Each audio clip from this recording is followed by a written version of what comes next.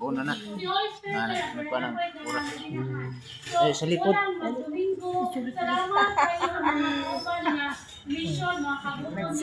Anak na lang namin ng Tubang. Nagsara mo po nagbudi-budi.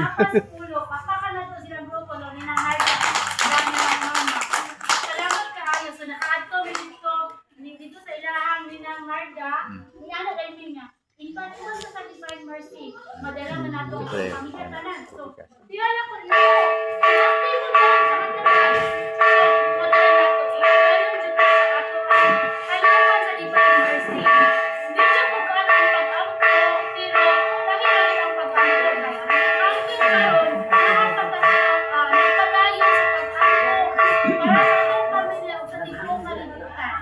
So, anak, padayon kang pag-ampo kay kung asa lang talagon sa atong players, education ni Mamos, ato ka. And karon, after gani,